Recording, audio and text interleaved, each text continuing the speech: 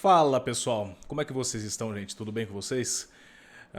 Muito bom estar de volta aqui com o canal, né? Com esses vídeos mais importantes aqui, com esse conteúdo com vocês, tá? É uma grande alegria estar aqui, uma grande alegria mesmo, depois das coisas que me aconteceram no finalzinho do ano passado, até o meu retorno aqui. Eu sei que eu estou há um mês e meio, quase 2 meses, sem gravar nenhum vídeo aqui para o canal, mas agradeço a você que ficou aqui nesse período, né, que também acompanhou, né, todas as aulas que disponibilizei do meu primeiro mini curso Mentalidade Revolucionária e Globalismo. Espero realmente ter ajudado a todos vocês que acompanharam, e também meu muito obrigado a todos que compartilharam, mandaram para a família, para os amigos, né? A quantidade de pessoas que assistiram foi muito satisfatória para mim, tá? Tá ótimo aí, em decorrência do que é o meu canal e do público que tem aqui, então tá muito bom. E agradeço os comentários, as dúvidas, tudo bem? É isso aí, gente. Bom, eu quero já retornar aqui trazendo um conteúdo para esse debate atual, né, do The Great Reset, né, o Grande Reset, que iniciou-se com a perspectiva do Fórum de Davos, não é isso? E que está se alastrando aí para todos os lados, né, do globo, essa nova proposição, esse novo conceito de grande reset. Se nós realmente analisarmos aí na história, não é uma coisa nova, tudo bem, não é uma grande novidade como de fato eles estão colocando, mas sim eles estão requentando velhas proposições e velhas intenções, não é mesmo, que remetem a um lugar comum na história, não é isso? Principalmente para quem acompanhou o meu curso na aula sobre transhumanismo, onde eu analiso um artigo do Parvulesco, né? Realmente vê-se ali que eles estão requentando a velha filosofia jacobinista, iluminista jacobinista, aquela precursora da Revolução Francesa, não é isso? Aquele velho racionalismo. Não há nada de novo nesse negócio, tudo bem? Toda vez que eles vêm com essa conversa de um novo mundo, um novo homem, uma nova sociedade, que vamos implantar o mundo perfeito, já é aquela conversinha de cerca Lourenço, aquela conversinha para boi dormir, que nós já sabemos muito bem aonde vai dar. Eles nunca vão alcançar o ideal determinado, certo? O ideal proclamado, mas o que eles vão fazer no caminho é sempre destruição, destruição, destruição e mais destruição. Não é isso? Então, nesse vídeo aqui, eu quero realmente dar um embasamento, trazer para o debate, dar a minha contribuição para tudo que já vem sendo comentado. Por mais que eu também fiz aqui no meu canal, só que meus comentários foram mais, digamos assim, a respeito deste assunto em si, mais acidentais, né? Eu fui colocando com as outras coisas que eu estava analisando no meu jornal, não é isso? Toda aquela questão da vacina, aquela questão do submundo do movimento revolucionário, que foram vídeos pesadíssimos a respeito de tráfico de crianças, tráfico de órgãos, uma coisa realmente muito mais pesada, contudo, é real. Né? Isso, contudo, faz parte do mundo real, desse mundo que nós vivemos. E eu fui colocando o The Great Reset ali para o meio. Tá? E nesse vídeo aqui, eu quero somente dar alguns fundamentos, né, desse pensamento, né, dessa forma mentes do The Great Reset. Porque creio que vocês já estão acompanhando muitos outros comentaristas a respeito.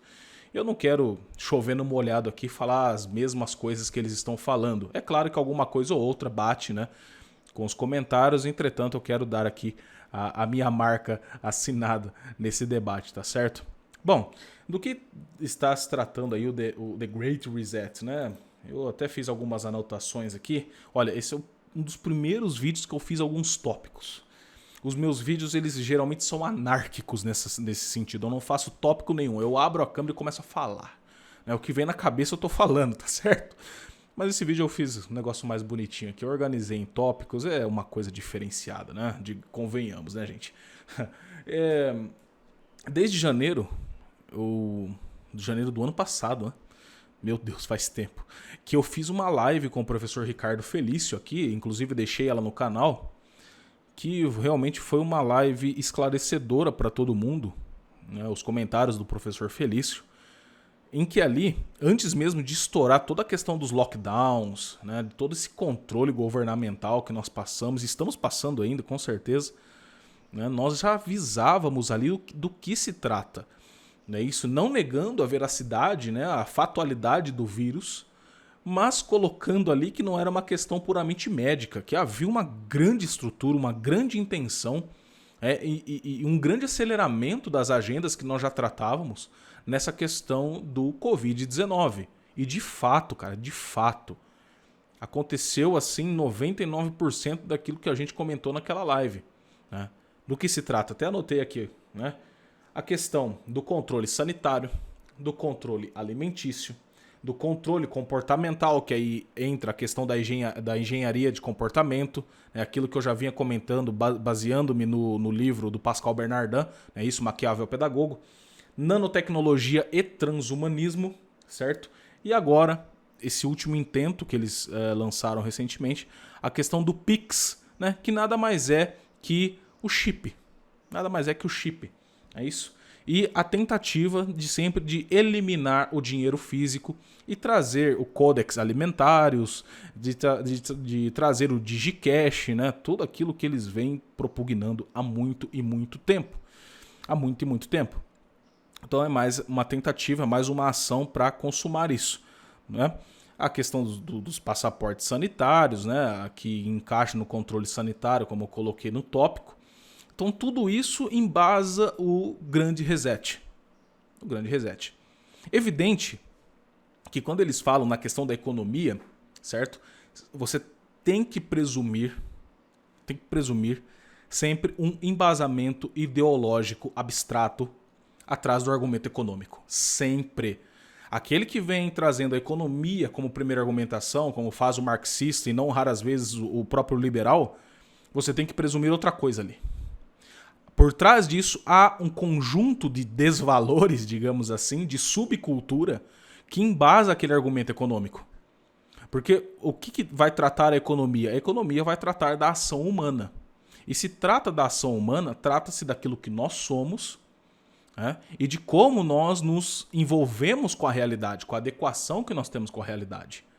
Então não tratem nunca jamais, isso aqui é só economia. Não, não é só, nunca é só economia. Nunca será apenas economia. Tá? Como também essas questões sanitárias nunca serão apenas questões sanitárias. Elas envolvem questões sociais, envolvem questões institucionais, envolvem questões familiares, envolvem as questões de comportamento, porque fazem parte da realidade que se adequa, né, a todos os acontecimentos, que nós nos adequamos a todos os acontecimentos reais. Então, fazendo parte da realidade, isso diz respeito às criaturas racionais que apreendem a realidade, que somos nós, ora. Então é impossível você fechar a realidade apenas numa questão. É impossível. Nem que você queira muito. Certo? Não tem como. Não tem como. Nem que você queira muito fechar a realidade apenas numa visão estreita, abstrata, é impossível. Mas é o que eles tentam fazer. Fazer com que você enxergue a realidade apenas por um ângulo, sem fazer as devidas distinções, né, que é mister do pensamento científico, você analisar todos os lados de um problema factual, né, porque todos os lados de um problema factual formam, então, aquele fato real. Mas você não vai conseguir esgotar nunca a dimensão do fato real. Você vai apenas analisar aspectos abstrativos daquele fato. É assim que se faz ciência. Só que eles vão tentar te convencer que o argumento econômico ou que o argumento sanitário, eles realmente são absolutos como princípio e fim de todas as coisas. E é evidente que isso é mera retórica, é mera enganação, porque por trás de tudo isso, eles estão fazendo coisas evidentemente muito mais profundas e piores para toda a humanidade, para toda a espécie humana, do que esse negócio bonzinho que eles tentam falar, etc. Bom, mas de onde vem tudo isso? Já entrando aqui na minha intenção com esse vídeo, para fazer essa síntese com vocês, certo? De onde vem tudo isso? Bom, nós não podemos esquecer nunca daquele texto áureo da Bíblia, né, das Sagradas Escrituras, que é o texto do Gênesis. Em Gênesis capítulo 3, versículo 5. Porque Deus sabe que no dia em que dele comerdes, se abrirão os vossos olhos, e sereis como Deus, sabendo o bem e o mal. É isso. Então, somente com esse texto áureo, né, das Sagradas Escrituras, nós já entendemos qual é a clara intenção de toda a elite internacionalista, né, cosmopolita, né, em querer implantar uma coisa dessa magnitude. Porque, como já disse reiteradas vezes aqui, o que é o movimento revolucionário? O movimento revolucionário é a materialização daquilo que Lúcifer tentou Adão e Eva no Jardim do Éden. Isso é o movimento revolucionário. Ou, em outras palavras, é a sujeição da cidade de Deus à cidade dos homens, no sentido de Santo Agostinho.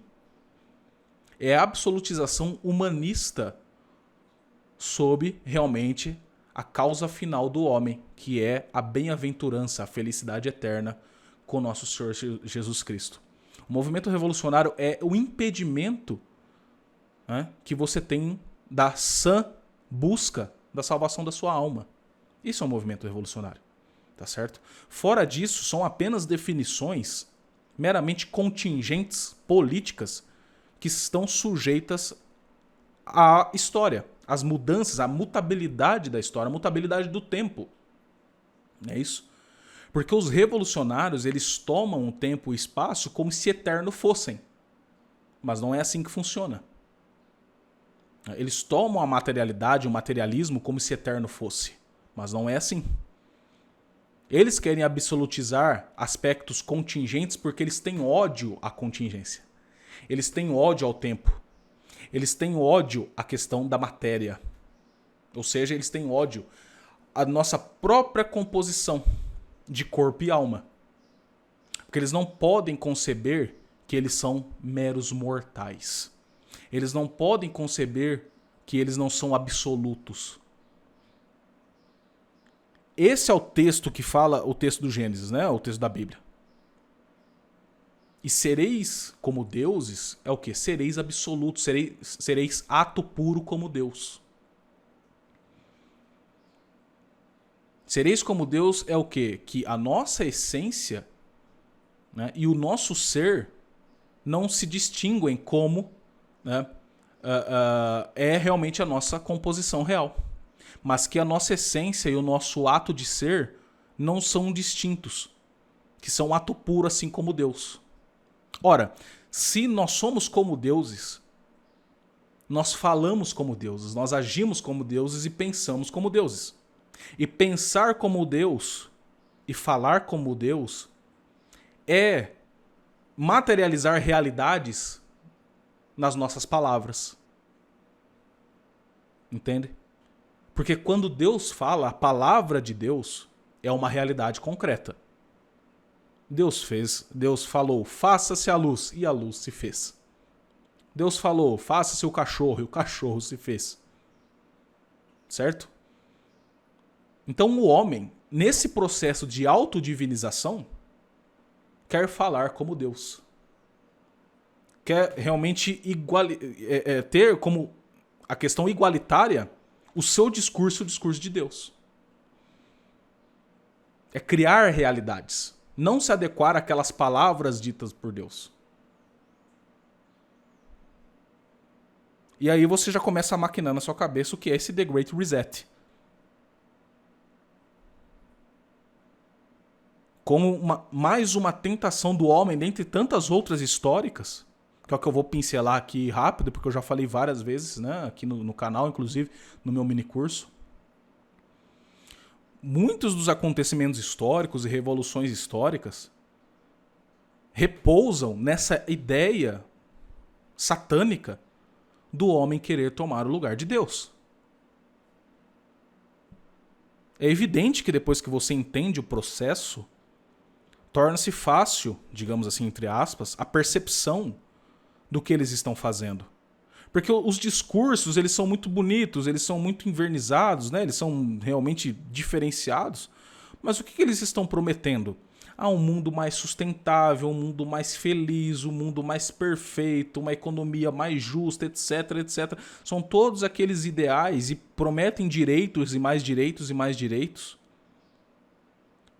Quanto mais eles promovem o igualitarismo, mais a elite fica desigual. Porque eles concentram em si o monopólio dos direitos humanos. Não é mais aquele direito natural impresso na sua alma, como dizia o apóstolo Paulo, né? Ele falava do direito, da lei natural. Não, não é mais isso, que independe da minha opinião, independe do meu juízo. Eu apenas adequo o meu juízo a essas leis universais que são naturais. Não, não depende mais disso, mas depende do homem criar a posteriori uma lei abstrata, um direito abstrato que se diz humano, que foi a proposição máxima da maçonaria. Na Declaração dos Direitos do Homem, com um H maiúsculo, ali se substituía tudo que ensinava a Igreja Católica, de que o homem foi feito à imagem e semelhança de Deus, portanto, um ser inteligente, com vontade e sensibilidade, que se adequa às verdades universais porque tem o ser por participação. Não, não é mais isso. Nós negamos o ser por participação, nós somos o ser em si mesmo e nós criamos as novas leis, os novos direitos, portanto, nós somos como deuses. Porque existe em nós, aí vem um argumento gnóstico, porque existe em nós uma parte divina. Eles acreditam nisso. Porque eles agem como se tivesse realmente essa partícula divina dentro do ser deles. E essa partícula divina, a quem tem acesso a ela, conforme eles acreditam, pode manejar todo o processo histórico e dominar povos inteiros, dominar pessoas inteiras, porque eles são os iluminados. E como eles têm o aspecto da contingência do corpo e da alma como maldições, certo? E aí vem aquele argumento demiúrgico, né? O demiurgo nos prendeu nesse mundo e nós precisamos realmente nos libertar.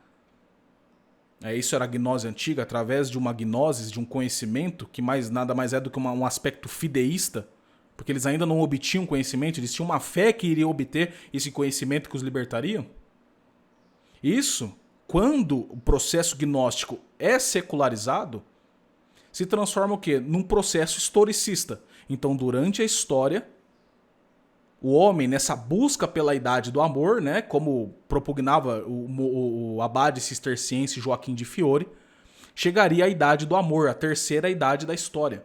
E nessa terceira idade da história, a lei seria abolida e o homem seria salvo no processo imanente do pecado original. Então aqui você elimina os dogmas cristãos. Você elimina a confissão, você elimina a graça, você elimina o sacramento, você elimina a penitência, você elimina a Eucaristia. Porque o processo é imanente, não é mais transcendente. Então a salvação vem por um outro Messias. A salvação vem por um outro tipo de clero, um outro tipo de magistério, uma outra coisa. Vem por uma religião, como dizia o Lepin, né, o autor Lepin, do livro Falsa Aurora, né, The False Dawn. Vem por uma religião biônica, entre aspas. Uma religião do homem. Então o homem se faz Jesus Cristo, o homem se faz Deus. E é ele que está no centro de tudo, no processo histórico de tudo. Então fecha-se as portas para os céus, fecha-se as portas para o inferno, só existe esse mundo aqui, e o tempo e o espaço passam a ser absolutos. É assim que pensam esses caras. Podem manejar o argumento para o lado que for. O núcleo é esse e é assim, é apodítico isso que eu estou dizendo. Não, por todos os lados que se olha, a argumentação do The Great Reset, do Clube Bilderberg, de todos esses caras, circulam nessa base em comum que eu estou falando. Isso que eu estou falando pode vir aqui o Rothschild sentar na minha frente e discutir comigo. Pode vir um Rothschild, pode vir qual globalista que for debater comigo. O argumento que ele tiver, ele não vai sair disso que eu estou falando. E dá para provar por A mais B que o que esses caras estão sempre fazendo é tentando se autodivinizar. E sempre trazendo com eles uma espécie de misticismo antigo. Tá certo? No caso dos Rothschild, já que eu citei eles aqui, o misticismo judaico talmúdico. É uma espécie de misticismo, dentre tantos outros que existem. René Guénon propugnava um misticismo árabe, o sufismo. Né?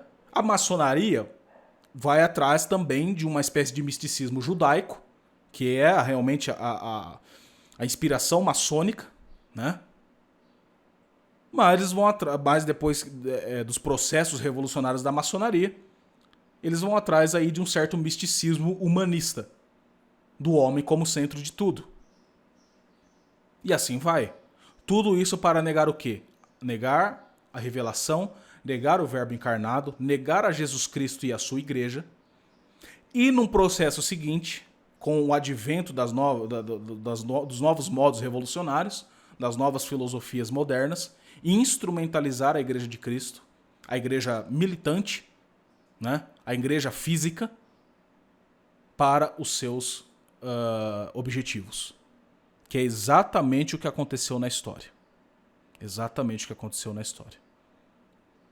Então, partindo aí desse texto áureo das Sagradas Escrituras e de toda a inspiração gnóstica e também panteísta, de um lado tentando divinizar o espírito e negando o corpo, de um outro lado tentando divinizar o corpo e negando o espírito, e num próximo momento sintetizando as duas absolutizações numa religião humanista,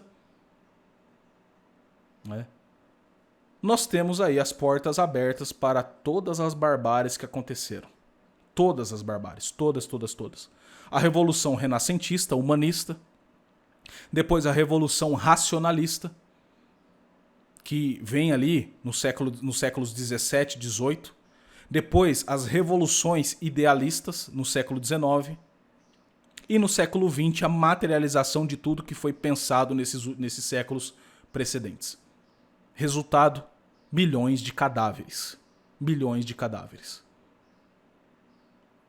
E agora, na pós-modernidade, com essa remodelação do gnosticismo, através da teoria crítica de Adorno e Horkheimer, né? O que é a teoria crítica de Adorno e Horkheimer? Né? Quem assistiu a aula 10 no meu minicurso se lembra. É pegar o seguinte, olha, a sociedade é opressora.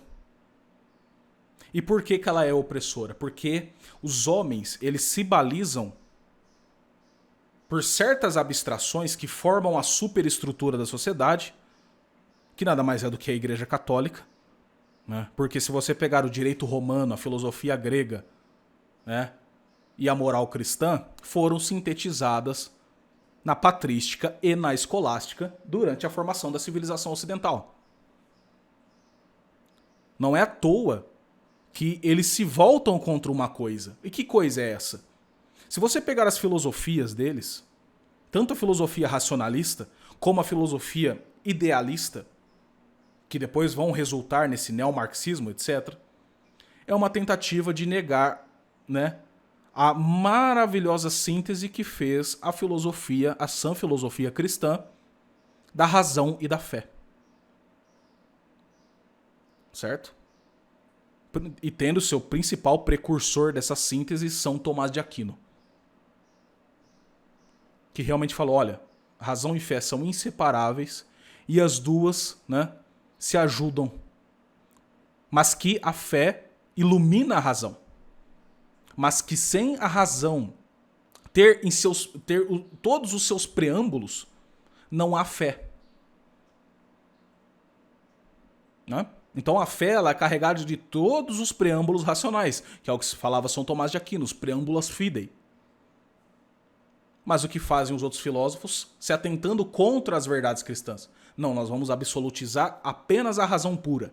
Não, nós vamos absolutizar apenas o subjetivismo, o idealismo. Para arrancar essa síntese da filosofia cristã. Todas as filosofias modernas atentam contra uma parte já resolvida pela filosofia cristã. Você tem um mundo inteiro de conhecimento, de cultura, nesses 2000 anos de cristianismo. Principalmente um santo como São Tomás, que tratou a respeito de quase tudo. Né? Pelo menos as principais coisas. Algumas coisas caducaram, o que é normal, mas a base filosófica e teológica mantém-se. Mas eles negaram tudo isso. Eles negaram tudo isso. Portanto, a filosofia neomarxista de Adorno e Horkheimer também vão se atentar contra essa superestrutura, que eles consideram superestrutura ideológica burguesa, que nada mais é do que a Igreja Católica. Nada mais é do que a Igreja Católica. Né? É lógico que depois isso vai culminar também no ataque aos protestantes, etc. Mas porque realmente a coisa foi degringolando de uma maneira assim súbita. Mas a intenção dos caras era primordialmente destruir a igreja militante. A igreja visível. Porque se você tira a substancialidade, ou tenta tirar a substancialidade da igreja visível, você tira das pessoas o norte de onde elas têm que seguir para a salvação de sua alma. Porque muitos hoje acreditam, não são poucos, que a salvação vem por uma felicidade terrena. Vem por um aspecto terreno, vem por um processo terreno, mundano. Por que as pessoas acreditam nisso? Porque as pessoas tomaram como verdade, consciente ou inconscientemente, de que o tempo e o espaço são absolutos. De que Leviatã e Behemoth são absolutos. Aí vem a teoria crítica de Adorno e Horkheimer dizer, olha, todos esses hábitos e costumes e leis, o direito cristão, tudo isso é opressão. Tudo isso que te prende nesse mundo físico, te aliena, né? Como se realmente a religião cristã fosse o demiurgo. E o que nós propomos através da teoria crítica, de você criticar tudo que há e fazer da sociedade ocidental um inferno, vai te trazer a libertação autoconsciente disso, ou seja, a libertação gnóstica. Isso vem por um processo ideológico, vem por um processo subcultural, que é realmente a teoria crítica marxista. Certo? Então, o marxismo do século XX, com Georg Lukács, com depois a Escola de Frankfurt, nada mais é do que requentar e remodelar o gnosticismo anterior. E aí você tem na França o desconstrucionismo francês do Jacques Derrida, que vem então para destruir a inteligência, a cognição das pessoas com o mundo real. Porque do desconstrucionismo você já postula ali a ideologia de gênero. E aí a destruição da alma. Se nos séculos passados você teve, como eu falei, a absolutização da razão, depois a absolutização do subjetivismo, no século XX, com o desconstrucionismo, e agora no século XXI, você tem a absolutização de um sentido interno nosso, que é a imaginação. Você é aquilo que você imagina. Então eles vendem isso para nós. Você é aquilo que você imagina. Você é aquilo que você pensa ser. Se você pensou que você é um gato, você é um gato. Se você pensou que você é mulher, você é mulher. Se você pensou que você é homem, você é homem. Tudo não passa de um estado de desejo e imaginação. Ou seja, as paixões mais rasteiras, as paixões mais sensíveis, atreladas a uma imaginação completamente fora da realidade, fizeram com que realmente o homem padecesse perante a esses grandes projetos. Porque eles vendem isso.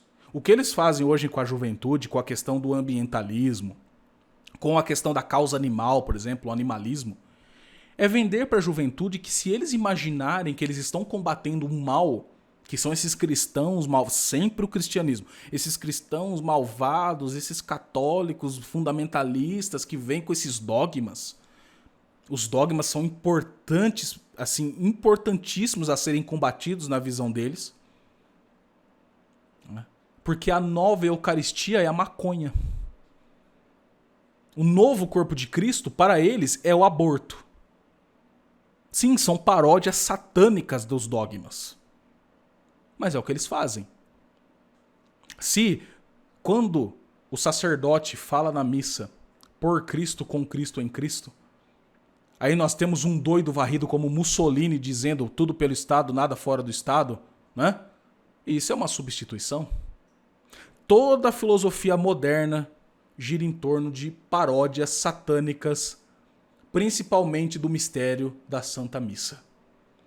Tudo do mistério da encarnação do Verbo. Tudo do mistério da transubstanciação. Reparem. Tudo deles gira em torno disso. Né? E esse The Great Reset é o quê? É a nova religião. É uma tentativa de criar uma nova igreja sob os escombros da igreja visível. Porque se nós pegarmos realmente o que é a igreja católica, o termo católicos, né? É a igreja universal, é a autêntica igreja universal. O que eles querem fazer? Né? A igreja universal que nós realmente postulamos como corpo místico de Cristo. Portanto, ela é imanente, como também transcendente. Então, há uma tensão entre nós que vivemos no mundo físico, né, com a nossa busca da salvação, que é realmente alcançar a igreja triunfante. A cidade celeste, ou a cidade de Deus, como dizia Agostinho, né, Santo Agostinho. Certo? Então eles querem eliminar isso. Porque tanto a igreja militante e a igreja triunfante devem se mesclar numa única igreja, que é a igreja do homem. Portanto, o poder temporal e a autoridade espiritual se mesclam numa grande mística humanista. A mesmíssima coisa que fizeram em toda a história. A tentativa de mesclar o poder temporal com a autoridade espiritual, sendo a autoridade espiritual exatamente a mesma do poder temporal. Não há uma ordem de bens e de fins a serem alcançados, mas que senão o fim é o mesmo, a salvação imanente. Naturalmente que isso é uma mentira metafísica, ontológica, mas é o que eles propõem. E reparem que sempre tentando combater a gnosologia, a teologia e a sã doutrina cristã. Sempre. Não é isso? Bom, e não deixa de ser... Não deixa de ser interessante em como eles estão em todos os lugares, em todos os aspectos. Em todos os aspectos, como eu digo o seguinte... Reparem que a revolução ela passou de uma maneira que muitas vezes nós não percebemos. Começou, né, por essa questão realmente cultural, intelectual. Depois foi passando para a questão econômica, para a questão jurídica, para as artes, arquitetura. Principalmente essa questão da arquitetura, para mim, é essencial falar. Ah, mas Daniel, o que tem a ver a arquitetura com o The Great Reset? Tudo. Se antes havia a referência às artes do belo, a beleza fundamental e objetiva, hoje em dia você tem um horrendo, o feio, o relativismo, né, sendo colocado como sacrossanto em si mesmo. Hoje você não tem mais aquela preocupação com a proporcionalidade do belo. As causas das coisas, as causas da matéria, que em proporção nos remetem a Deus mesmo pela beleza, pela construção arquitetônica. Um exemplo clássico disso são as grandes catedrais góticas, né? E também as barrocas, por que não? Toda essa arte cristã nos remete ao bom, belo e verdadeiro. Ou seja, nos remete aos transcendentais. Nós apreendemos o ente aquilo que recai com mais evidência para o intelecto. Né? É o conceito de ente. E o ente é um conceito composto. Ele é a essência e o ato de ser. Certo? Ora, nós apreendemos as formas substanciais e das formas substanciais, nós apreendemos também em conjunto a essência da coisa, quer dizer, né, a quididade da coisa, aquilo que ela é. E quando nós apreendemos a forma e a essência das coisas, nós aprendemos, né, por conta da presença do ser. Se não houvesse uma ordem pré-estabelecida na realidade, uma proporcionalidade na realidade, não haveria a possibilidade de adequarmos a nossa inteligência e todas as suas operações aos entes do mundo real, aos entes físicos, né? Aos entes concretos do mundo real. Não haveria como. E para tanto, para dar conta dessas coisas, nós postulamos então que o ente também ele carrega ali os conceitos transcendentais. O ente é bom, né? Por quê? Porque ele é apetecível à nossa vontade e o nosso intelecto sempre busca a verdade. Portanto, o ente ele é verdadeiro. Quem não quer conhecer a verdade? Se alguém falar, não, eu não quero conhecer a verdade, então eu pergunto, é verdade que você não quer conhecer a verdade? Não é isso. Então todos querem conhecer a verdade. Então o ente é bom, ele é verdadeiro e ele é belo. Por ser apetecível à vontade, né? E recair como verdadeiro ao intelecto. Ele é bom, belo, verdadeiro. O ente é uno. Ele é uno na substância. E universal na essência. Né? O ente é algo. Nós nos referimos a algo. Objetivamente. Então a luta deles é a luta contra os transcendentais. O bom não é bom. O bom é relativo. Não, o que eu acho belo, às vezes você pode não achar. Tudo bem.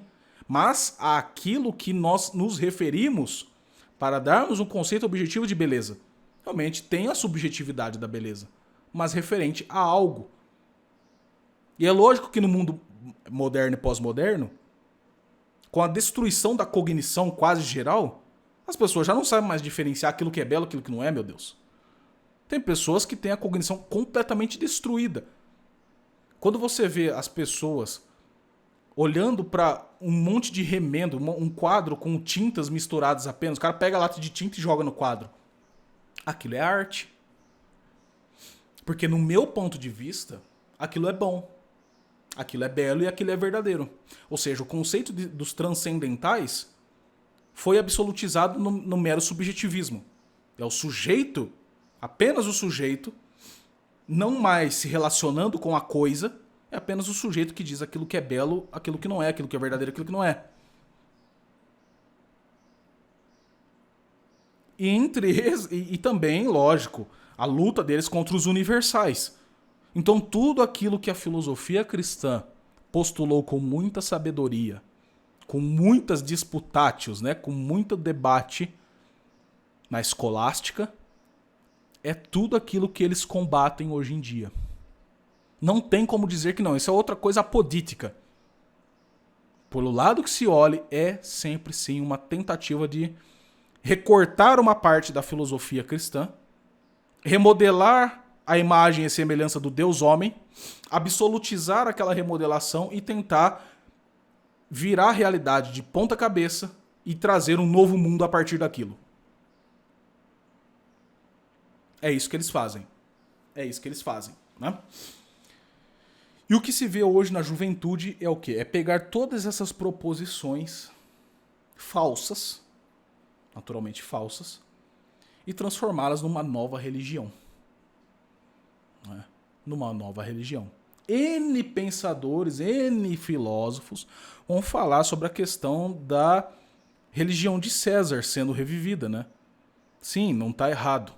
A religião civil também não está errado. A religião do homem também não está errado. É tudo isso mesmo.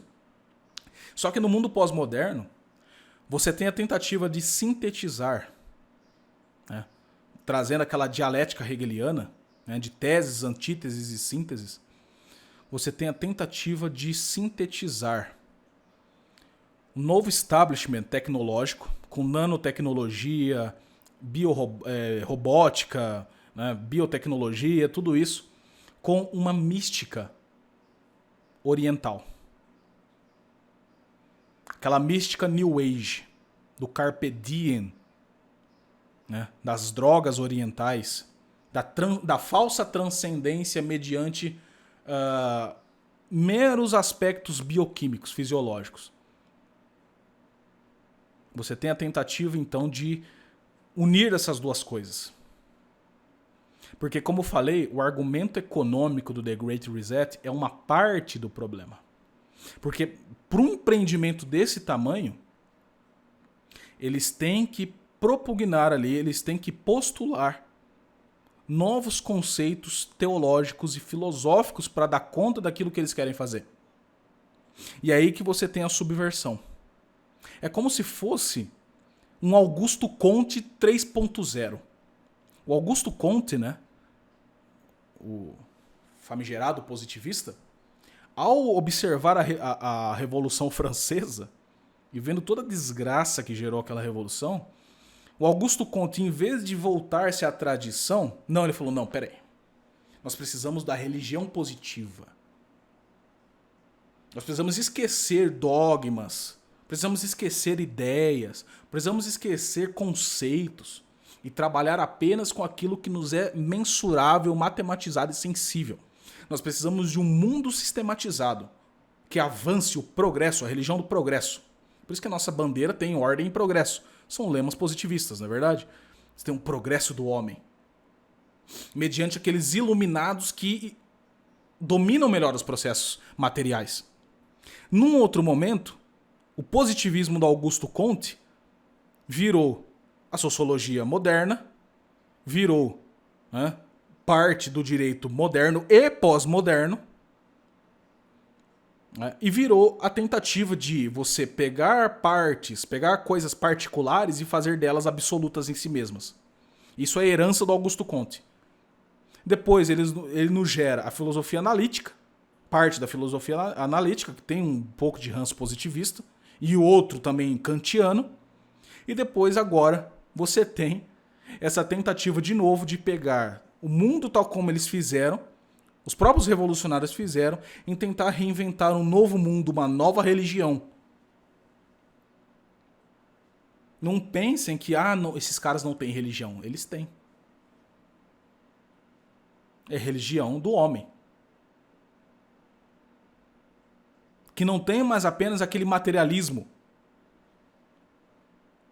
mas que vem carregado, sim, de um novo espiritualismo. Espiritualismo oriental. E isso quem deu a cartada, sem dúvida alguma, foram os precursores da escola tradicionalista oriental. René Guénon, Chuon, Martin Lins, etc. Principalmente o Chuon. Quando ele fala da unidade transcendental das religiões, né? Quando ele dá continuidade no plano do Guénon, só que trazendo, né, a juventude, trazendo uma nova espiritualidade, aceitando aquilo que o Guénon não aceitou. Não aceitou entre aspas, porque o Guénon, né, sendo a esfinge, ele dizia não aceitar o que ele considerava como a corrupção daquela tradição primordial, que nada mais é do que a gnose.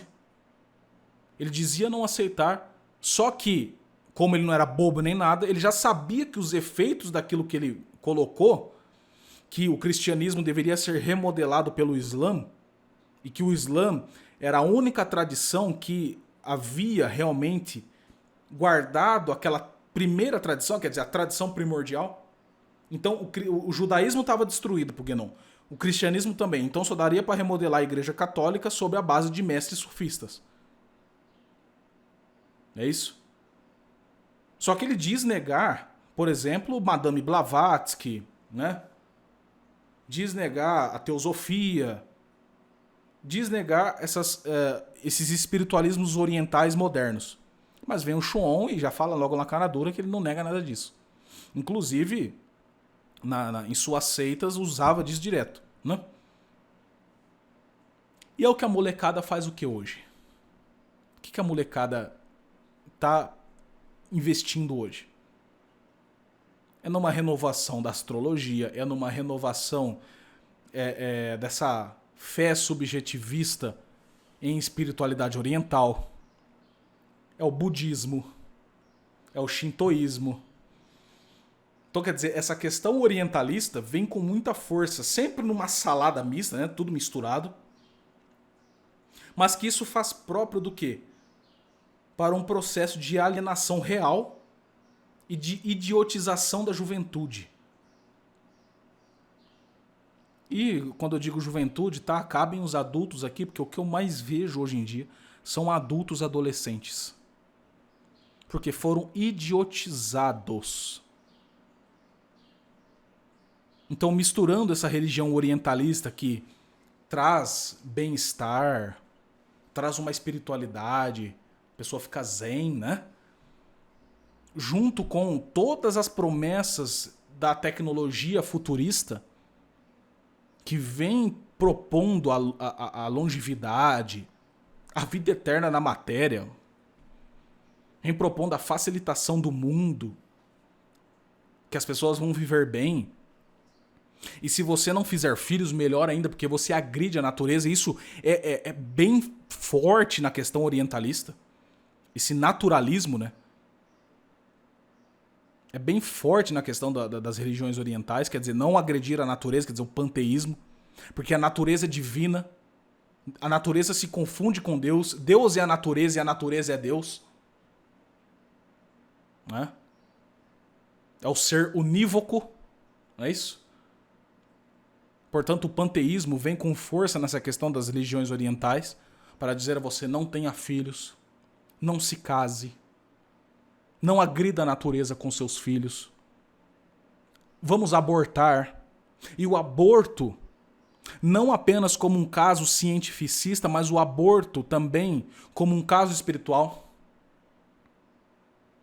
O aborto como oferenda espiritual. Que eles disfarçam como religião orientalista, mas que na verdade a entidade por trás disso é o mesmo Moloque. Porque, como eu falei, é Satanás, é religião satânica disfarçada de outras proposições completamente heterodoxas. Por isso que é tão difícil você analisar. Porque você tem unidade, você tem transcendência, você tem universalidade na religião cristã. Mas você não tem unidade, você só tem confusão nas religiões heterodoxas. Então cada um vai propugnando uma coisa e utilizando do método de Hegel, você vai criando tese, antítese e síntese para uma nova síntese, você cria uma tese, uma antítese, uma síntese. Então você vai utilizando de Hegel, que durante a história, você sintetizando isso, você vai chegar no cume da existência e ali a lei será abolida, portanto seus pecados, não haverá mais pecado original. Mas que a questão dos pecados, a questão das paixões, já foram romantizadas. Então, quer dizer, elas são colocadas como aspectos de libertação já.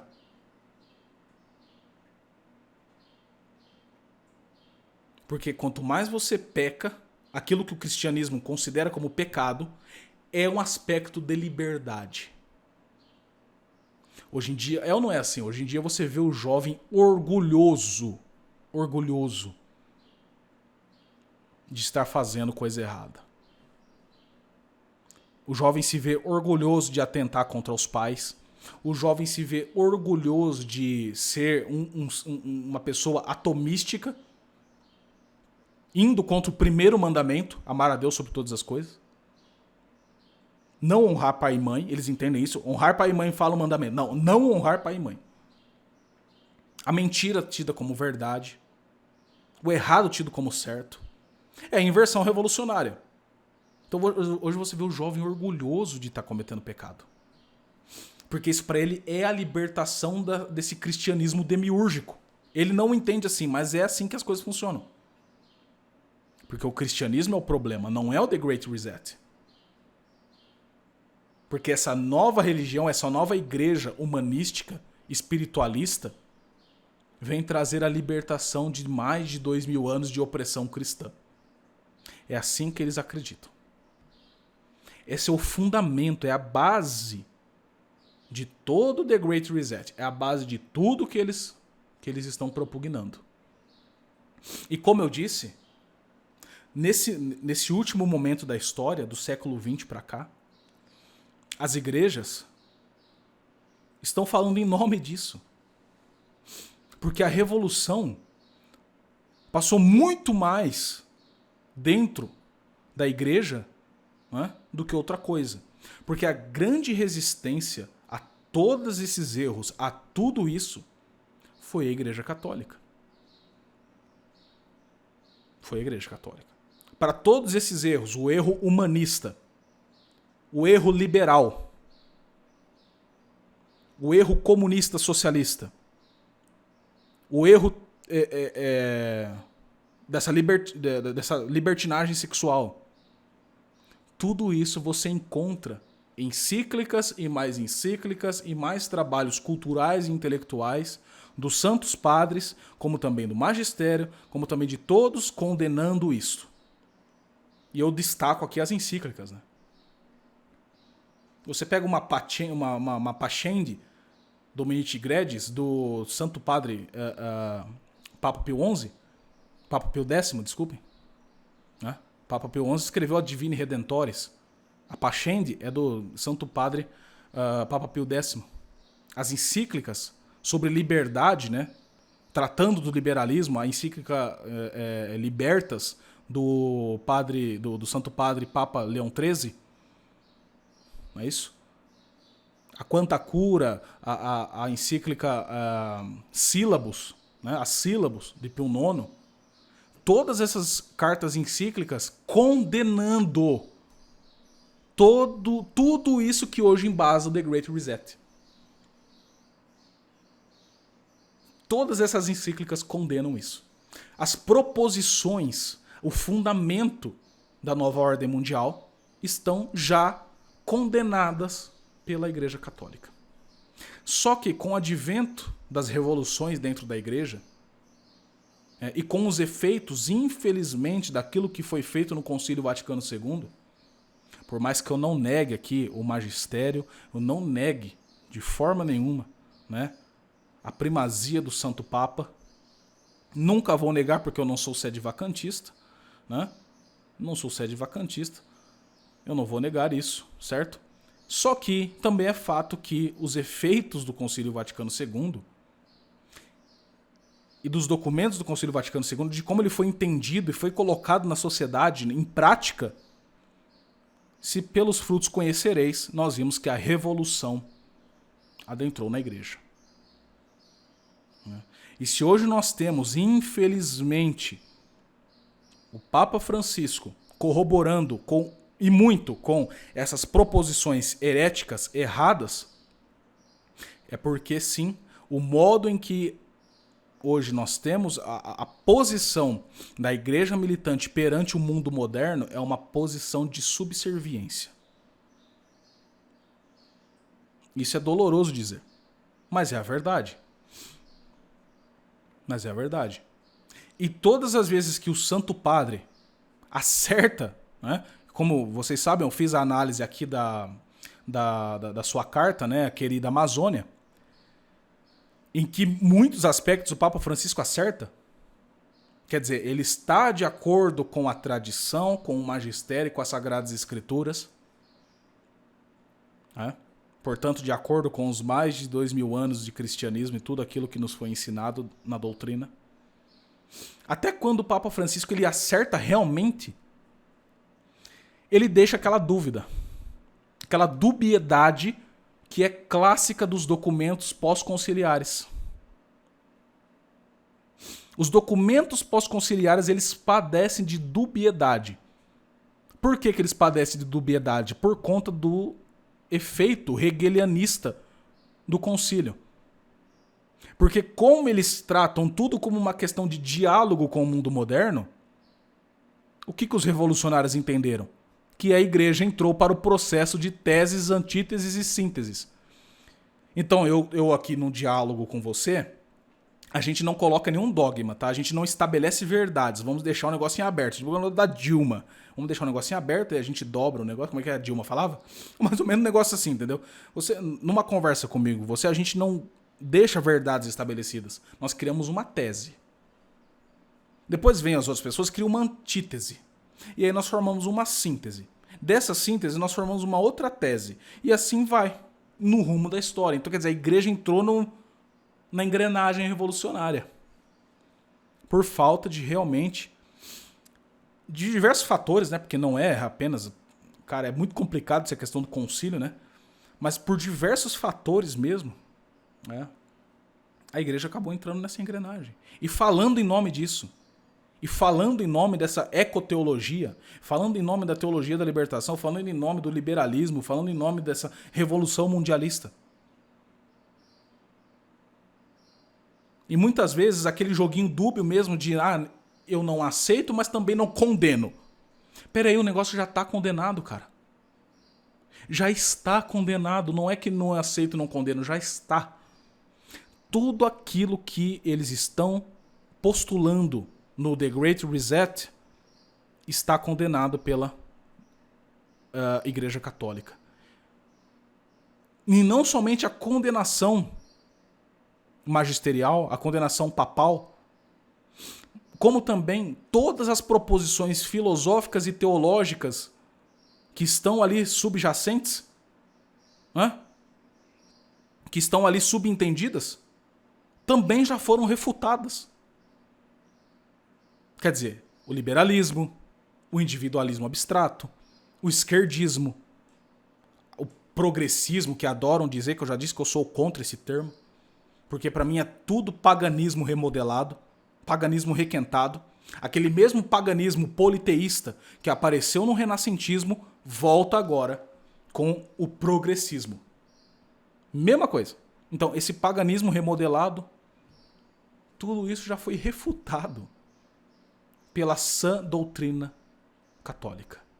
Já foi refutado pelos maiores santos e doutores da igreja. Todas essas proposições, todas. Desde a premissa. Porque eles negam o homem integralmente como ele é, ou seja, um composto de corpo e alma. Eles negam a racionalidade do homem, negam a inteligência do homem, negam a operação da vontade e da liberdade, negam, né, a proporcionalidade e as operações da razão e da fé, negam a filosofia do ser, negam realmente a ordem dos sentidos, a ordem do intelecto, a ordem da razão, ou seja, razão prática, razão especulativa, sentidos internos com as suas operações próprias, sentidos externos, as teorias do conhecimento, a metafísica, quer dizer, tudo que nós temos na riqueza e na sabedoria bimilenar da Igreja de Cristo, do corpo místico de Cristo visível. Inclusive, o pior de tudo, não são os revolucionários, mas são os próprios cristãos, os próprios filhos da igreja, negando essas verdades. Ou por ignorância, ou por falta de esperança, ou por terem esquecido das virtudes teologais, das virtudes cardeais, até mesmo os princípios éticos. Eles tentam reinventar com esse The Great Reset uma nova ética. Mas, meu Deus, não havia ética no Ocidente antes? Né? Quando nós pegamos a ética aristotélica e depois São Tomás, que vem cristianizando esse pensamento de Aristóteles, a ética baseada nas virtudes que repousam no hábito e nos costumes, né? Depois você tem como ali tirar uma antropologia e uma psicologia todinha baseada nos hábitos, na ética aristotélica e tomista das virtudes e dos vícios, enxergando o homem integralmente em todas as suas operações. Quem fez isso foi o cristianismo, gente. Não foram os magos, os mágicos do The Great Reset. Mas nem isso os cristãos querem conhecer. Porque a fé deles é aquilo que falava o Eric Voegelin.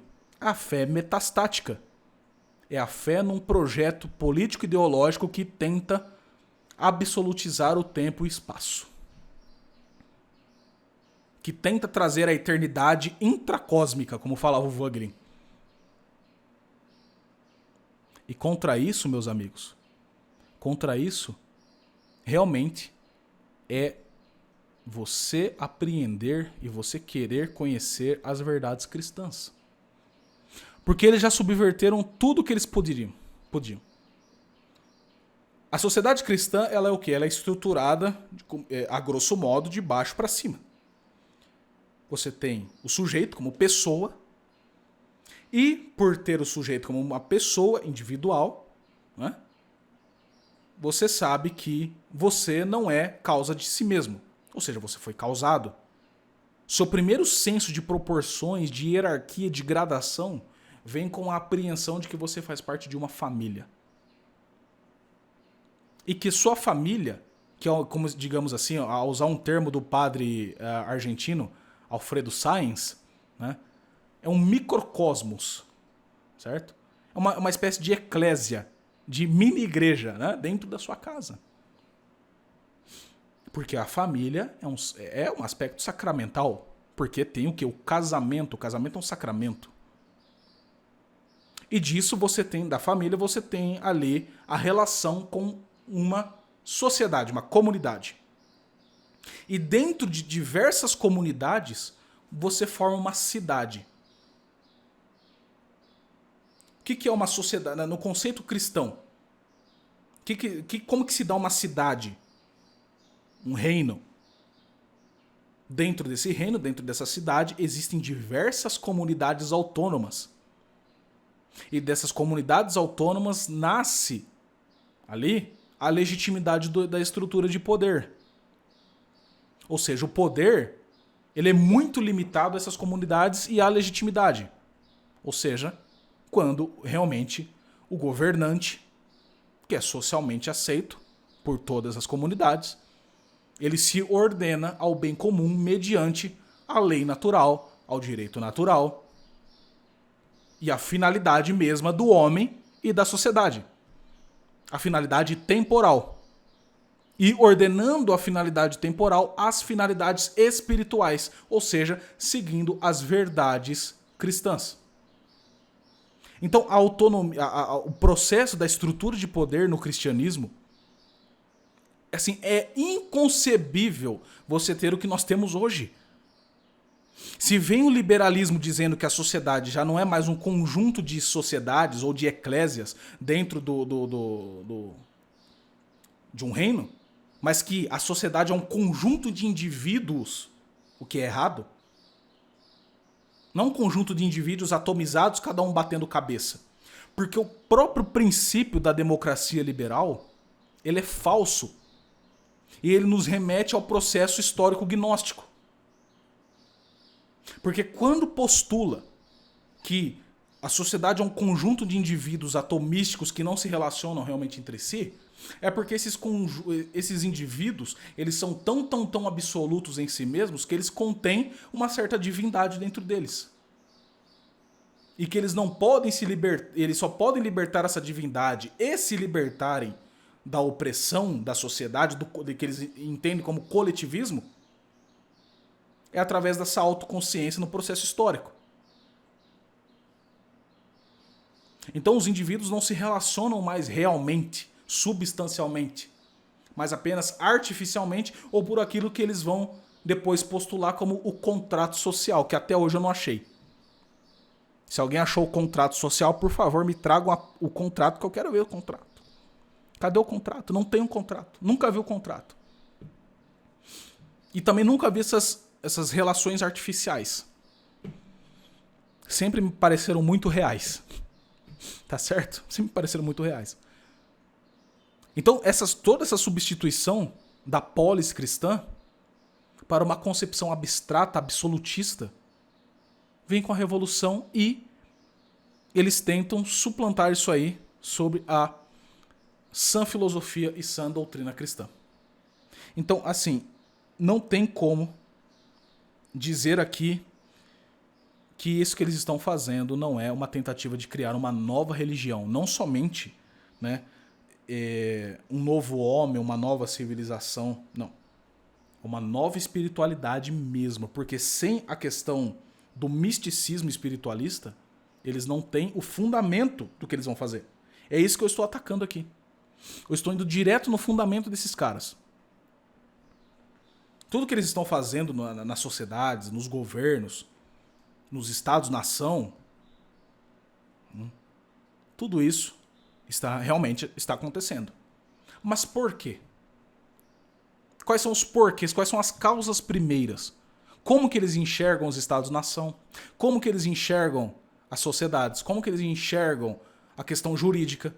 Porque realmente você começa a esvaziar a questão sacramental, você começa a esvaziar realmente o sentido objetivo de você se relacionar com as pessoas e ter uma mini eclésia, né, dentro da sua casa. Você diminui isso, você tem o que apenas? Você tem apenas o aspecto burocrático, ou seja, a família, o casamento, as relações interpessoais só tem razão de ser porque você tem uma estrutura jurídica mutável que diz a respeito apenas os sujeitos que fazem parte dessa estrutura, que validam através de uma canetada positiva aquilo que a família deve ser, aquilo que o sujeito deve ser, aquilo que a comunidade deve ser. Não é mais a lei natural, não é mais o direito natural, não são mais os sacramentos, mas apenas uma estrutura jurídica impessoal, burocrática, centralizadora que vai dizer aquilo que o sujeito, aquilo que a família, aquilo que a comunidade é. Tudo bem? Então você tem esse jurisdicismo da vida social. A grosso modo, podemos dizer assim, esse jurisdicismo da vida social, balizado então por toda uma estrutura que não necessariamente é estatal, mas que mescla os grandes conglomerados, ou seja, essa aristocracia demoníaca, tá certo? Que na verdade é uma oligarquia, que é a corrupção da aristocracia, que tenta remodelar o mundo à sua imagem e semelhança. Então você esvazia os sacramentos, você esvazia o sentido de ser cristão, você esvazia o sentido mesmo da autoridade espiritual para você mesclar a autoridade espiritual com o seu poder temporal e tentar criar uma nova coisa. E dizer que aquilo que é mal é aquilo que você está destruindo. Que no caso é o corpo místico de Cristo, a igreja visível. Tentando destruir isso, eles tentam então implantar esse novo mundo. Só que esse novo mundo não é tão novo assim, porque traz consigo, como dito, as mesmas proposições da Revolução Humanista, posteriormente a Revolução Liberal, a Revolução Racionalista, a Revolução Idealista e agora na pós-modernidade a Revolução do Imaginário, o desconstrucionismo atrelado ao transhumanismo. Quer dizer, nós vamos transcender a questão humana. Ou seja, acho que todo mundo vai virar robô e todo mundo vai ter uma vida completamente nanotecnológica, cibernética ou transformada em uma coisa mirabolante. Mas o que na verdade, o que vai sobrar para o povão são desilusões, mentiras e destruição. Porque quem vai gozar desse novo mundo, do novo normal, são as grandes elites. Então por isso que eu falei logo no começo desse vídeo. Quanto mais eles falam em igualitarismo, mais desigualdades aparecem. Mas não foi isso que apareceu recentemente, numa notícia? Que os grandes conglomerados estão aumentando seu poderio econômico, etc, etc? Lógico, claro que sim. Claro que sim. Tá certo? E contra tudo isso, contra toda essa estrutura que parece realmente inabarcável, né? Resta o quê? A sua individualidade, o seu conceito de pessoa, e resta a sua família. Então, se eles destruíram o conceito de Estado, que antes não havia, né? Mas vamos utilizar assim, o conceito de Estado como uma espécie, como realmente uma comunidade, uma comunhão de pessoas, destruíram isso. Se destruíram o conceito de família sacramental, mas ainda nos resta o conceito de família jurídica, que também está a passos largos para ser realmente destruído a partir do casamento gay, a partir realmente da formação de famílias que não obedeçam à ordem natural das coisas. A partir da ideologia de gênero, vai sobrar quem? Apenas o indivíduo. Mas até o conceito de indivíduo, de pessoa, eles estão tentando desconstruir com a ideologia de gênero. Atacando o princípio de identidade, aquilo que é mais evidente. Você é você e não é eu. Você é homem e não é mulher. Você é mulher, mas não é homem. Aquilo que é mais evidente. O princípio de identidade, o princípio de não contradição, eles querem destruir isso com a ideologia de gênero. E estão conseguindo. Existem muitas pessoas, principalmente jovens, que hoje postulam que eles não são eles não se aceitam.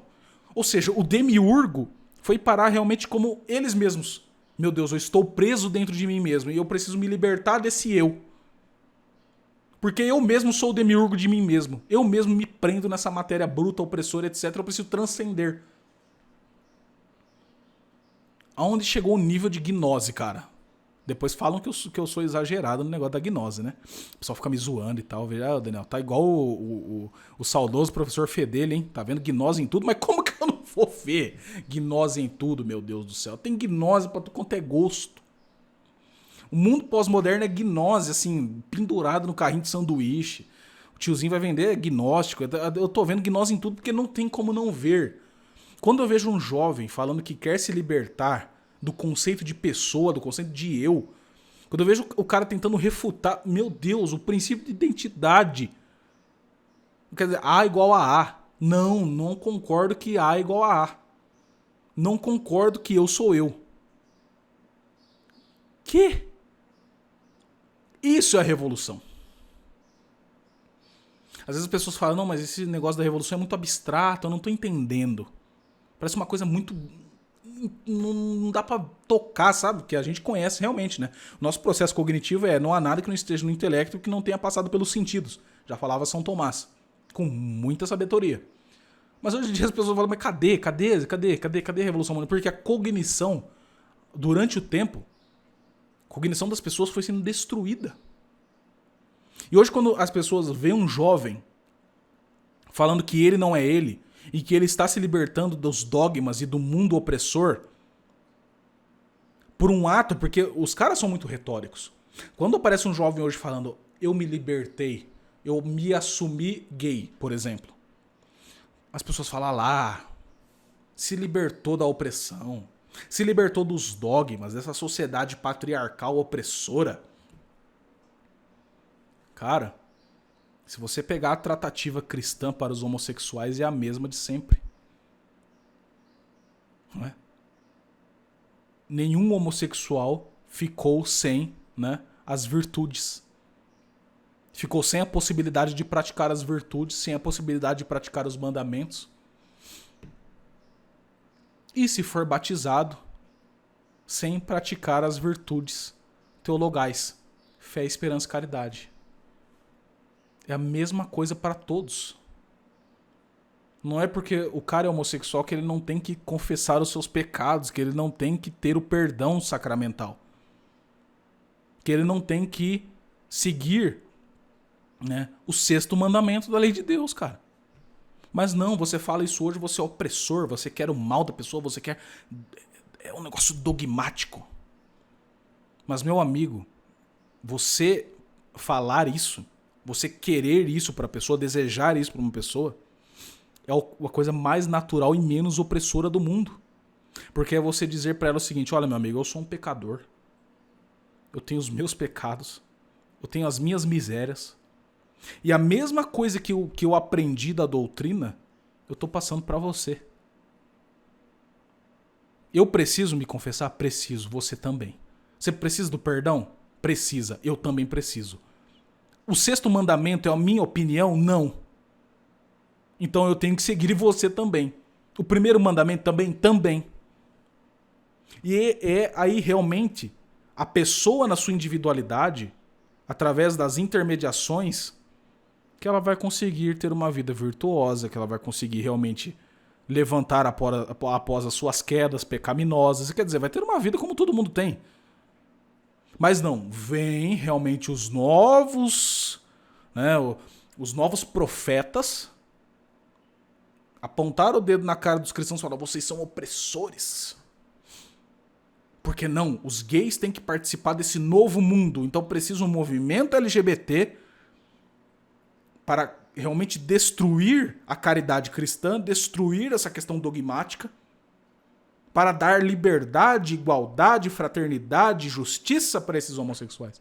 O que eles estão fazendo com os homossexuais hoje? Utilizando todos eles como massa de manobra. O que eles estão fazendo com os negros? Utilizando como massa de manobra. O que eles estão fazendo com as mulheres? Utilizando como massa de manobra. Porque, como dito, se o direito não é mais apreendido pelo ser racional, pela consciência individual, então você está terceirizando o seu direito a uma estrutura impessoal a você. Então quem vai garantir esse direito para você? Vai ser o burocrata. E você acha mesmo que o burocrata está interessado no direito dos homossexuais? Você acha que o burocrata está interessado no direito dos negros? Naturalmente que não. Ele vai vender para você, utilizando de intelectuais para isso, uma facilidade. Ele vai te vender facilidade. Mas o que, na verdade, no mundo real, o que ele está fazendo é concentrar poder para a cepa, para o grupo dele. Não vai estar te ajudando em nada. Ele vai te dar uma sensação, uma compensação psicológica que você vai cair. Porque ele precisa de você como um joguete. Não como uma pessoa composta de corpo e alma. Meu filho, você sendo gay, você sendo negro, você sendo mulher, você é um composto de corpo e alma eterna.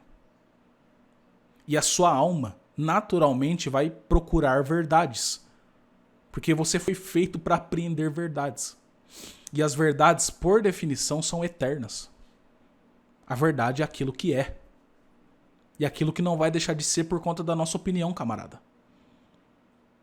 Por isso que nós dizemos que a tradição não é uma ditadura do passado, mas sim que a tradição é reviver as verdades eternas em todos os tempos.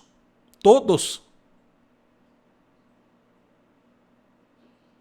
Então, o mais coerente é que o homossexual, é que a mulher, é que o negro, cara, respeite a tradição e se adeque às verdades. E não há nada mais liberto que você quer se libertar? Você quer utilizar bem a sua liberdade? Ótimo. Você tem como utilizar bem a sua liberdade. A doutrina ensina como usar bem a liberdade.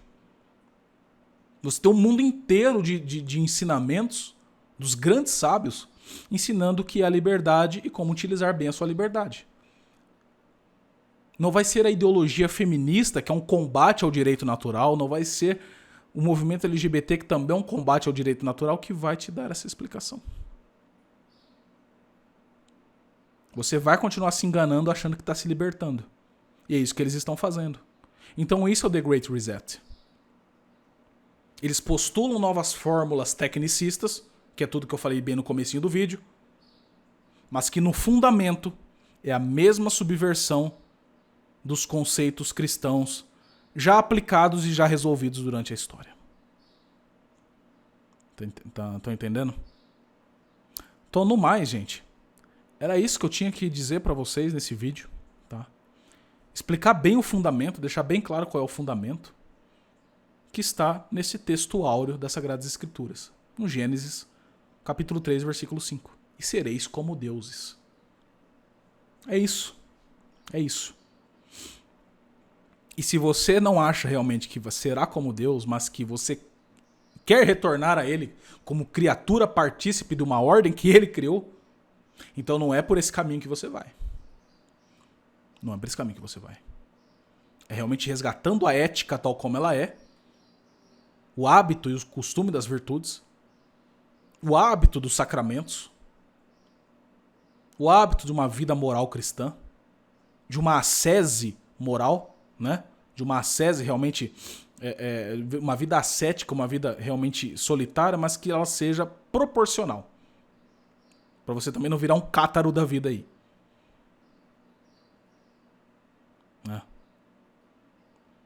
Então, quer dizer, você tem tudo o que você precisa nesse mundo de conhecimento, de tradição e de vivência da fé. Então você não precisa de The Great Reset nem nada disso. Infelizmente, finalizo aqui, retornando ao comentário que fiz da Santa Igreja, dos dias atuais, dessa crise que nós estamos passando, que infelizmente os nossos sacerdotes, não todos, evidentemente que não mesmo, não posso dizer que existem sacerdotes maravilhosos explicando isso, que você precisa realmente viver essa vida de sacramentos, essa vida de virtudes, independente desses erros eclesiásticos da modernidade. Você vai parar. Assim, o que está acontecendo hoje é o seguinte, as pessoas estão parando, querendo parar de ir à igreja, estão parando de acreditar nos sacramentos e na veracidade do corpo místico de Cristo. Isso é a pior herança que esses sacerdotes modernistas, esses sacerdotes esquerdistas, liberais, estão deixando para as pessoas. De que os dogmas não são mais dogmas, que são imposições, e que apenas o dogma não é dogma, ele está dogma. A verdade não é verdade, ela está verdade, ela vai mudar. Ou seja, isso faz parte do modernismo já combatido e completamente aí, destruído. Combatido, destruído e condenado por São Pio X na Pachende. E esses sacerdotes, infelizmente, estão dizendo para as pessoas que a vida cristã é apenas por um processo sociológico, ideológico. Não por uma vida ascética, por uma vida moral, por uma vida ética, por uma vida nas virtudes, por uma vida nos sacramentos, e na confissão, na penitência, boas obras. Não é nada disso. Mas que raio de sacerdotes vocês são? Vocês não são sacerdotes, vocês são, assim, vocês são mensageiros do anticristo. Você falar para uma pessoa que ela não tem que seguir os sacramentos, os dogmas e todas as verdades da vida cristã, você não é sacerdote, você é mensageiro de Lúcifer. Você é mensageiro do anticristo. Tem que deixar claro isso. E graças ao bom Deus, ao bom Jesus Cristo, que no Evangelho de São Mateus, capítulo 16, versículos 17, 18, 19, etc., foi falando que as portas do inferno não prevaleceriam sobre a minha igreja. E que ele nos assistiria pelos séculos dos séculos. E que a fé passada aos apóstolos e depois aos bispos, isso continua até hoje. Então nós temos excelentes sacerdotes que resguardam essa tradição, essas verdades, e que não deixaram de falar a verdade. Graças a Deus. Eu tenho visto excelentes declarações do pessoal da Fraternidade Sacerdotal São Pio X, né, que é o pessoal de Portugal, que deixaram realmente a tradição viva. Padres que não necessariamente concordam ou fazem parte da fraternidade, mas que fazem um trabalho maravilhoso na internet, que é o Padre Paulo Ricardo, o Padre Gabriel Vilaverde, o pessoal do canal lá do Monte Carmelo, né, o Frei Tiago de São José, que tem feito vídeos muito bons. Algumas coisas eu não concordo, mas assim, no geral ele tá falando assim, o fundamento real das coisas. É um pessoal muito bom. E dentre tantos outros que nós temos aí na internet, né? O Padre José Eduardo. Tem vários que vêm realmente falando a coisa certa, tal como tem que ser, e instruindo bem as suas ovelhas. Então, se na sua paróquia você não tem esse tipo de sacerdote, você tem lá o infeliz da teologia da libertação, ou você tem um infeliz modernista, um infeliz liberal lá, mas conquanto esse sacerdote está realmente fazendo o mesmo rito sacramental da igreja de sempre, esse rito, esse sacramento, ele é válido. Então, por favor, não deixem de participar do sacrifício de Cristo, que é a Santa Missa, a renovação do sacrifício de Cristo. Quer dizer, a participação do sacramento do sacrifício de Cristo. Não deixe de participar. Não deixe de se confessar. Não deixe de tomar comunhão. Não deixe de estar em estado de graça. Que isso é o mais importante. Isso sempre foi importante em todos os tempos. Mas se é para falarmos dessa crise atual que nos parece muito pior do que todas as outras, porque as outras nós não vivemos necessariamente. Essa nós vivemos necessariamente, diariamente, né, na nossa rotina, no nosso dia a dia. Nós respiramos a revolução. Como eu falei, nós vemos gnose em todo lado. Então não deixem de fazer aquilo que é mais essencial para a alma de vocês. E se o mundo não os cultua, meu amigo, lembre-se das palavras de Cristo. Cristo não dizia que o mundo iria perseguir os cristãos? Que iria perseguir os seus seguidores? Que você não deveria procurar aplausos do mundo. E se você obtém aplausos do mundo para as coisas que você fala, para as coisas que você faz, saiba que tem alguma coisa errada aí com você, cara. Aplausos do mundo, desse mundo atual, tem alguma coisa errada. Quando você é muito perseguido, e assim, a perseguição de hoje em dia, cara, antigamente os caras penduravam cristão de ponta cabeça, arrancava a cabeça, dava pro leão comer, os grandes mártires da igreja. Quer dizer, mas nem isso é falado mais. As pessoas não querem mais estudar a vida dos mártires, a vida dos santos. Mas, meu amigo, se você é de alguma maneira perseguido, se você é excluído, etc, etc, dê graças a Deus, dai graças.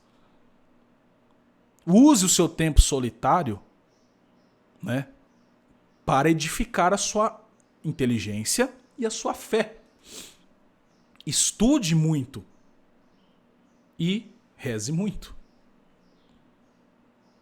Ora et labora, meu amigo. É orar e trabalhar. Rezar e estudar. É alimentar os preâmbulos da sua fé e a sua fé. Você tem tudo para fazer isso. Então, The Great Reset é mais uma tentativa, mais um deslumbre que eu estava até postulando como o último desejo da elite global, que é o império transhumanista. E quando eu falo império, é império mesmo. É uma tentativa de implantar mais uma vez um império global sob essas proposições das novas tecnologias, incluindo nanotecnologia, biotecnologia, etc, etc, com essa falsa espiritualidade orientalista gnóstica.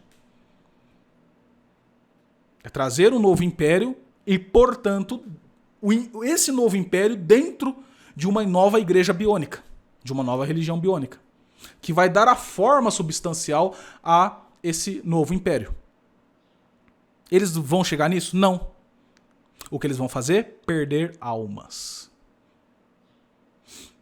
Porque ainda é a cidade dos homens tentando passar por cima da cidade de Deus, fazer com que você não alcance a cidade celeste. Então o que você precisa fazer, meu amigo? O de sempre. As verdades imutáveis não vão mudar. Então é você realmente seguir aquilo que é bom, belo e verdadeiro, os transcendentais, mediante a sã razão, a reta razão, né? Direcionada ao bem agir, ao bem fazer e direcionar a finalidade de cada coisa. Qual que é a sua finalidade? É a bem-aventurança? Como que eu vou chegar aí? Quais são os meios que eu tenho que ter para alcançar esse fim? E todos os meios que não são estritamente subjetivos, naturalmente que não, porque eu não sou um liberal, né? Esses meios já foram dados pela tradição bimilenar da igreja. Não é fácil, é um caminho de pedras, né? Mas é o caminho verdadeiro, meu amigo. Então, dito isso que eu falei, você analisa